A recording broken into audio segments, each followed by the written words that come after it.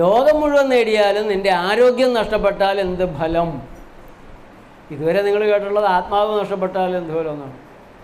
അത് പിന്നെയല്ലേ, ആദ്യം ഈ തടി നേരെ നിൽക്കണ്ടേ. ഒരു ചെറിയ തലവേദന പോലും വരാത്ത രീതിയിൽ നമുക്ക് ഈ ശരീരത്തെ കൊണ്ടു നടക്കാൻ സാധിക്കും. ഒരു ചെറിയ തലവേദന പോലും വരാത്ത രീതിയിൽ നമുക്ക് നമ്മുടെ ശരീരത്തെ കൊണ്ടു നടക്കാൻ സാധിക്കും. രോഗം വന്നാൽ ചികിത്സയ്ക്ക് പോകാൻ ആ മനോഭാവത്തിലും നമുക്ക് ഈ ശരീരത്തെ കൊണ്ടു നടക്കാൻ സാധിക്കും. അപ്പോൾ വരുമ്പോൾ വരട്ടെ, അന്നേരം നോക്കാം. എൻ്റെ കയ്യിൽ കാശുണ്ട്, നാട്ടിലെ ആശുപത്രികളുണ്ട്, ഡോക്ടർമാരുണ്ട്, ഞാൻ മരുന്ന് മേടിച്ച് കഴിച്ചോളാം. ആ അഹങ്കാരത്തിലും, കാശിൻ്റെ അഹങ്കാരത്തിലും നമുക്ക് ഈ ശരീരത്തെ കൊണ്ടു നടക്കാം.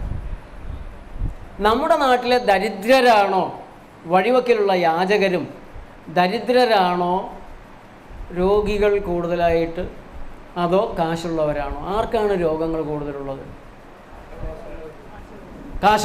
കാശുള്ളവർ സമ്പന്നരാണല്ലേ, അവർ രോഗസമ്പന്നർ കൂടിയാണ്.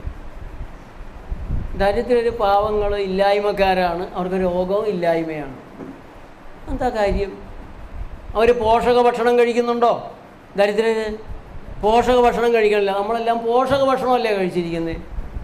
ഇത്രയും നല്ല തീറ്റ തിന്നതുകൊണ്ടാണ് ഈ രോഗം ഉണ്ടായതെന്നുള്ളതും അതിന് ഇത്രയും നല്ല ചികിത്സ ചെയ്തുകൊണ്ടാണ് ഇത്രയും ഗതികേടിലായതെന്നുള്ളതും നമുക്കിപ്പോഴല്ലേ മനസ്സിലാവുന്നത്. നമ്മൾ കഴിക്കുന്ന പോഷക ഭക്ഷണമെന്ന് ഡോക്ടർമാരോട് ചോദിച്ച്, അതുകൊണ്ട് ഞാൻ എപ്പോഴും പറയാറുണ്ട്, നിങ്ങൾക്ക് എപ്പോഴെങ്കിലും നിങ്ങളുടെ ആരോഗ്യത്തെക്കുറിച്ച് എന്തെങ്കിലും ഒരു സംശയം ഉണ്ടാവുകയാണെങ്കിൽ പ്രകൃതി ചികിത്സകരെ അന്വേഷിച്ചാൽ കിട്ടുമോ? വളരെ കുറച്ച് പേരേ ഉള്ളൂ. അതുകൊണ്ട് ഉറപ്പായിട്ട് നിങ്ങൾ നിങ്ങളുടെ അടുത്തുള്ള അലോപ്പതി ഡോക്ടറെ തന്നെ പോയി കാണണം. എന്ത് സംശയം ആരോഗ്യത്തെക്കുറിച്ചുണ്ടെങ്കിലും രോഗത്തെക്കുറിച്ചുണ്ടെങ്കിലും നിങ്ങൾ അലോപ്പതി ഡോക്ടറോട് തന്നെ ചോദിക്കണം. അദ്ദേഹം പറയുന്ന കാര്യങ്ങൾ, അദ്ദേഹം പറയുന്ന പരിഹാര പ്രക്രിയകൾ ശ്രദ്ധാപൂർവം കുറിച്ചെടുക്കണം. എന്ത് നല്ല ഭക്ഷണം കഴിക്കണം, എത്ര കഴിക്കണം, എങ്ങനെ കഴിക്കണം, ഇതെല്ലാം കുറിച്ചെടുക്കണം. ആഹാരത്തിന് മുമ്പും വെമ്പ് ഗുളിക കഴിക്കണം, അത് കഴിഞ്ഞാൽ എന്തും കഴിക്കാം, ഇതൊക്കെ കുറിച്ചെടുക്കണം. എന്നിട്ട് വീട്ടിൽ വന്നിട്ട് അതിനെതിരെ ചെയ്താൽ മതി, നിങ്ങൾ രക്ഷപ്പെടും. അങ്ങേര് പറഞ്ഞതുപോലെ ചെയ്യുകയാണെങ്കിൽ അങ്ങേര് രക്ഷപ്പെടും, നിങ്ങൾ പെടും. ഇതാണ് അവസ്ഥ. അതുകൊണ്ട് ലോകത്ത് ഏറ്റവും പ്രധാനപ്പെട്ടത് നമ്മുടെ ആരോഗ്യമാണ്. നമ്മുടെ ആരോഗ്യം നമുക്കറിയാവുന്നത് പോലെ, നമുക്ക് മനസ്സിലാകുന്നത് പോലെ മറ്റാർക്കും മനസ്സിലാവില്ല.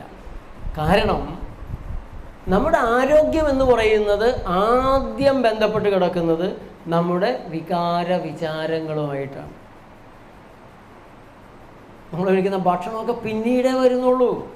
അവിടെ പിഴച്ചാൽ എല്ലാം പിഴച്ചു. നിങ്ങൾക്ക് അരിശം കയറിയാൽ എന്താ? അരിശം കയറുന്നത് ശരീരത്തിൽ കൂടെ കയറി വരുമോ അതോ മനസ്സിൽ കൂടെ കയറി വരുമോ? വിചാരത്തിൽ കയറുമോ? എവിടെ കൂടി അരിശം കയറുന്നത്? മനസ്സിൽ, ചിന്തയിൽ.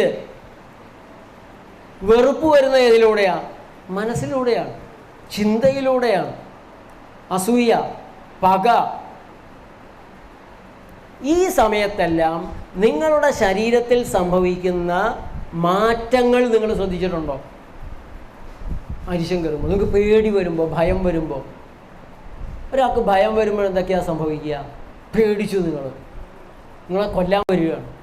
കശാപ്പ് ശാലയിൽ കൈകാലുകളൊക്കെ കെട്ടി മറിച്ചിട്ട് കൊല്ലാൻ പോകുന്ന ഒരു മൃഗം.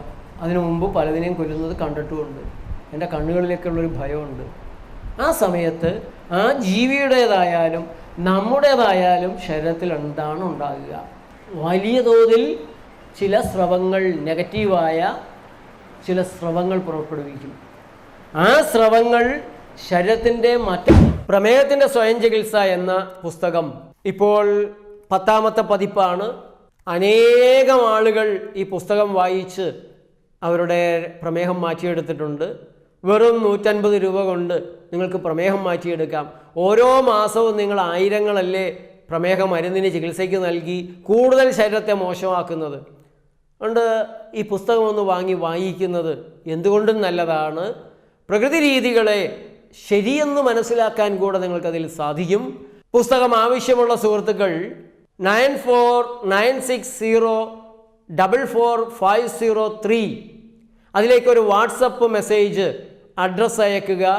അതേപോലെ തന്നെ ഓൺലൈനായിട്ടും പുസ്തകങ്ങൾ നിങ്ങൾക്ക് സ്വീകരിക്കാൻ സാധിക്കും. തപാലിൽ അയക്കുന്നുണ്ട്. ഈ നമ്പറിൽ ബന്ധപ്പെട്ടാൽ മതി. ആ സ്രവങ്ങൾ ശരീരത്തിൻ്റെ മറ്റെല്ലാ പ്രവർത്തനങ്ങളെയും തടയും. നിങ്ങൾ വിറച്ചു എന്ന് വരും, തൊണ്ട വരളും, ശബ്ദം പുറത്തു വന്നില്ല എന്ന് വരും, ഹൃദയം ചെണ്ട കൊട്ടണ പോലെ ഇടിക്കാൻ തുടങ്ങും. എല്ലാ തരത്തിലും നിങ്ങളെ കൊണ്ട് പിന്നെ ഒന്നിനും കൊള്ളാത്തൊരവസ്ഥയിലേക്ക് വരും. നിങ്ങളുടെ ശരീരം മൊത്തം ടോക്സിക് ആകും. മൊത്തം ശരീരത്തിലെ രക്തമജ്ജ മാംസാദികൾ ടോക്സിക് ആകും. അത് ഭയത്തിൻ്റെ ഗ്രേഡ് അനുസരിച്ചിരിക്കും. വലിയ ഭയമാണെങ്കിൽ നിങ്ങളവിടെ ബോധം കെട്ട് വീഴുകയും ചെയ്യും. ശരീരം അനസ്തെറ്റിക്കുകൾ, ബ്രെയിനിൽ അനസ്തെറ്റിക്കുകൾ രൂപം കൊള്ളും. ആ രീതിയിലാണ് നിങ്ങളുടെ ചിന്തയ്ക്ക് നിങ്ങളെ കൊല്ലാൻ സാധിക്കും. നിങ്ങളുടെ ചിന്തയ്ക്ക് നിങ്ങളെ കൊല്ലാൻ സാധിക്കും. നിങ്ങളുടെ ചിന്തയ്ക്ക് നിങ്ങളെ രോഗിയാക്കാൻ സാധിക്കും. നിങ്ങളുടെ ചിന്തയ്ക്ക് നിങ്ങളുടെ ഒരു ആരോഗ്യത്തെ കുറയ്ക്കാൻ സാധിക്കും. ആരോഗ്യത്തെ നിലനിർത്താനും സാധിക്കും. ആരോഗ്യത്തെ സംരക്ഷിക്കാൻ സാധിക്കും. ആരോഗ്യത്തെ മെയിൻറ്റെയിൻ ചെയ്ത് മാനേജ് ചെയ്ത് കൊണ്ടുപോകാൻ സാധിക്കും.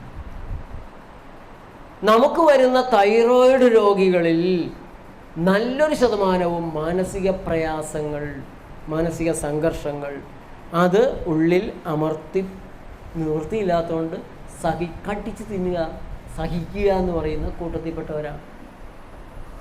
അതെന്താണ്? പ്രയാസങ്ങളെ, ദുഃഖങ്ങളെ മനസ്സിൽ ഒതുക്കി കടിച്ചു പിടിച്ച് കിടക്കുന്നവർക്ക് തൈറോയിഡിന് തകരാറ് വരുന്നത്. ദുഃഖം വന്നാൽ ആദ്യം ബാധിക്കുന്നത് എവിടെയാണ്? തൊണ്ടയിടറും. തൊണ്ടയ്ക്കാണ്, അവിടെയുള്ള ഗ്ലാൻഡുകൾ.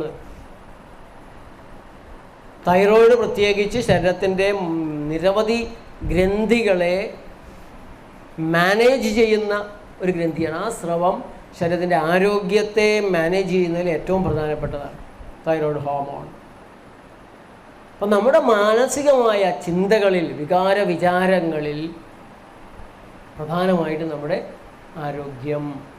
ഈ ചിന്തകൾ, നമ്മുടെ വിചാരങ്ങൾ ഒരു ഗിറ്റാറിൽ കമ്പികൾ മീട്ടുന്നത് പോലെ, അതിൽ നിന്ന് പുറപ്പെടുന്ന തരംഗങ്ങൾ പോലെ ചിന്താതരംഗങ്ങൾ, അത് ശരീരത്തിൽ മാത്രമല്ല കമ്പനങ്ങൾ നടത്തുന്നത്, പുറത്തേക്കും അതിന് പ്രസരണമുണ്ട്. ചിന്തയ്ക്ക് പ്രസരണമുണ്ട്. ചിലർ നമ്മുടെ കണ്ണിൻ്റെ നോക്കിക്കഴിഞ്ഞാൽ, പ്രത്യേകിച്ച് ഭ്രൂമധ്യത്തിലൊക്കെ നോക്കിക്കഴിഞ്ഞാൽ നമുക്കൊരു അസ്വസ്ഥത തോന്നും.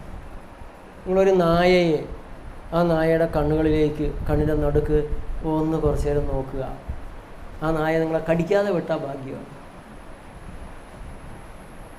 നിങ്ങളുടെ നേരെയും കണ്ണിൻ്റെ നേരെ ഇങ്ങനെ അത് നിങ്ങൾക്ക് ഇഷ്ടപ്പെടില്ല. അത് ഒരു ഹിപ്നോട്ടിസത്തിൽ ഉപയോഗിക്കുന്ന ആദ്യത്തെ ടെക്നിക്കാണ്. നിങ്ങളെ കീഴടക്കുക എന്നുള്ളതിൽ, നിങ്ങളെ കീഴടക്കണമെന്നുണ്ടെങ്കിൽ ഈ പോയിൻ്റാണ്. നമുക്കൊരു അസ്വസ്ഥത വരും. വേറെ ഇവിടെയെല്ലാം സെൻസേഴ്സ് ഉണ്ട്. ഇതെല്ലാം സോളാർ പാനലുകളാണ്. സൂര്യനിൽ നിന്ന് എനർജി സ്വീകരിച്ച് കൺവേർട്ട് ചെയ്ത് ബോഡി ഇലക്ട്രിസിറ്റി ആയിട്ട് മാറ്റുന്ന, വോൾട്ടേജ് ആയിട്ട് മാറ്റുന്ന. അപ്പോൾ കണ്ണുകളിലൂടെ ചിലരുടെ അരിശങ്കരായിട്ട് നോക്കിക്കഴിഞ്ഞാൽ നമുക്ക് അതിൽ നിന്ന് തീ പാറുന്നത് നമുക്ക് മനസ്സിലാവും. അല്ലെങ്കിൽ ആ സന്ദേശം നമുക്ക് വ്യക്തമാകും. ആ വ്യക്തിയുടെ സന്ദേശം ആ കണ്ണിലൂടെ, മുഖഭാവങ്ങളിലൂടെ നമുക്ക് കിട്ടും. പ്രസരിക്കുന്നുണ്ട്. സ്നേഹഭാവമാണോ, വെറുപ്പാണോ, വിദ്വേഷമാണോ, കോപമാണോ, ഇതെല്ലാം നമുക്ക് ആ കണ്ണുകളിൽ നിന്ന് തന്നെ മനസ്സിലാക്കാൻ സാധിക്കും. അപ്പോൾ വിചാരങ്ങൾ അത് ആരോഗ്യകരമാക്കുക എന്നുള്ളതാണ് ആദ്യത്തേത്. അതിൽ വരുന്ന അതിൻ്റെ പവറ് അത് ഉപവസിക്കുന്നവർക്ക്, മൗനവ്രതം എടുക്കുന്ന ആളുകൾക്കൊക്കെ അവർക്ക് തന്നെ അറിയാൻ സാധിക്കും അവരുടെ ആ പവർ. അതിനെ നമുക്ക് വേണമെങ്കിൽ ഇലക്ട്രിക് പവർ എന്ന് വിളിക്കാം, വോൾട്ടേജ് എന്ന് വിളിക്കാം.